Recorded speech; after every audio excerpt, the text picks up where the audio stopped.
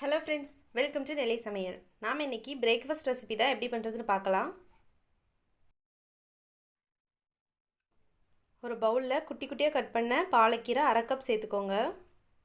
அதோட 2 table spoon கடலை மாவு, 2 கட் பண்ண வெங்காயம், ஒரு கட் பண்ண தக்காளி, குட்டி குட்டியாக கட் பண்ண ஒரு பச்சை மிளகாய், அதோட கொஞ்சமாக கொத்தமல்லி தழை, 1 டீஸ்பூன் இஞ்சி பூண்டு பேஸ்ட், 1/2 டீஸ்பூன் மஞ்சள் தூள், 1/2 டீஸ்பூன் சீரகத்தூள், தேவையான அளவு உப்பு. இதோட தேவையான அளவு தண்ணி சேர்த்து நல்லா கலந்து விட்டுருங்க.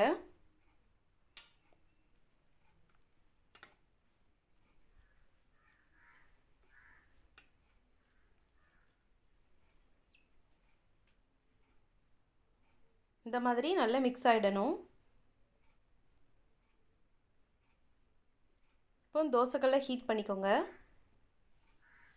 இப்போ நம்ம தோசை வாத்தரலாம். ரொம்ப தடியாகவும் ஊற்றிக்கக்கூடாது, மெல்லிசாகவும் ஊற்றக்கூடாது. இந்த மாதிரி மீடியமாக ஊற்றிக்கோங்க.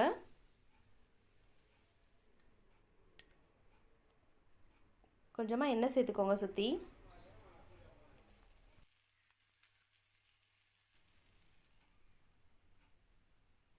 ஒரு மூடி போட்டு 2லேருந்து 3 நிமிஷத்துக்கு மீடியம் ஃப்ளேமில் குக் பண்ணிக்கோங்க.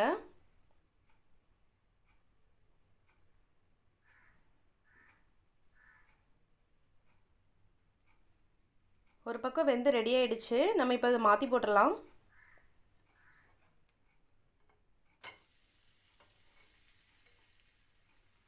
இதே ஒரு 2 நிமிஷம் மட்டும் குக் பண்ணிக்கோங்க.